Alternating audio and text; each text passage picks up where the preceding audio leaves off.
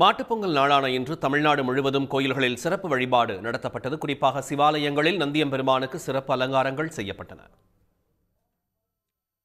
மாட்டுப்பொங்கலையொட்டி தஞ்சாவூர் பெரிய கோயில் மகா நந்திக்கு 1000 கிலோ காய்கறிகள், பழ வகைகள், இனிப்புகளால் அலங்காரம் செய்யப்பட்டு சிறப்பு பூஜைகள் நடைபெற்றன.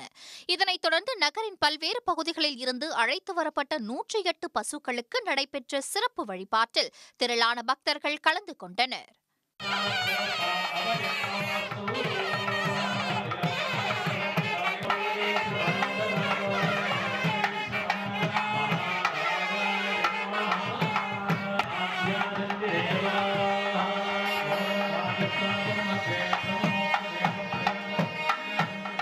திருவண்ணாமலை அண்ணாமலையார் உண்ணாமுலை அம்மனுக்கு சிறப்பு அபிஷேக ஆராதனைகள் நடைபெற்றன.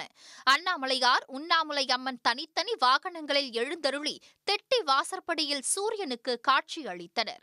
மேலும் அங்குள்ள நந்திக்கு பழங்கள், காய்கறிகள், இனிப்பு வகைகளால் மாலைகள் அணிவிக்கப்பட்டு சிறப்பு வழிபாடு நடைபெற்றது.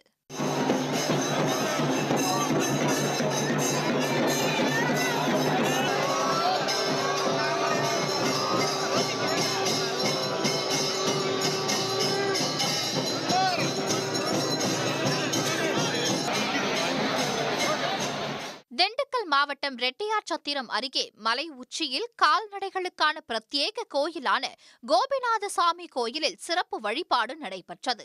பல்வேறு மாவட்டங்களில் இருந்தும் ஆயிரக்கணக்கான பக்தர்கள் வருகை தந்து தங்களின் கறவை மாடுகளின் பாலை கொண்டு வந்து கோபிநாதசாமிக்கு அபிஷேகம் செய்தனர்.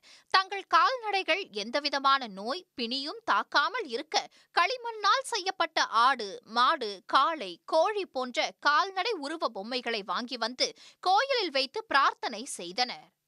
ஆடு, மாடு அதோட பாலை கறந்துட்டு இங்க இருக்க சாமிக்கு அபிஷேகம் பண்ணிட்டு அந்த பாலை எடுத்துட்டு போய் அவங்க வீட்டில் வச்சு அவங்களோட கால்நடைகள் வீடுகளுக்கு வச்சு பயன்படுத்துவாங்க. வேலூர் கோட்டையில் உள்ள ஜலகண்டேஸ்வரர் கோயிலில் மாட்டுப் பொங்கலை முன்னிட்டு அதிகார நந்திக்கு சிறப்பு அபிஷேகங்கள் நடைபெற்றன.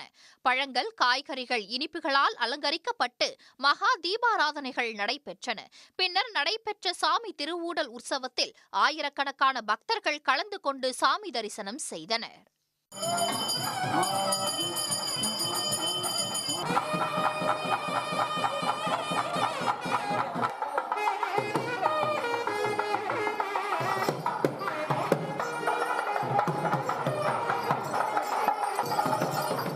முருகனின் அறுபடை வீடுகளில் 2ஆம் படை வீடான திருச்செந்தூர் சுப்பிரமணிய சுவாமி கோயிலுக்கு காலை முதலே சென்னை, மதுரை, கோவை உள்ளிட்ட பல்வேறு மாவட்டங்களில் இருந்து ஏராளமான பக்தர்கள் வருகை தந்தனர்.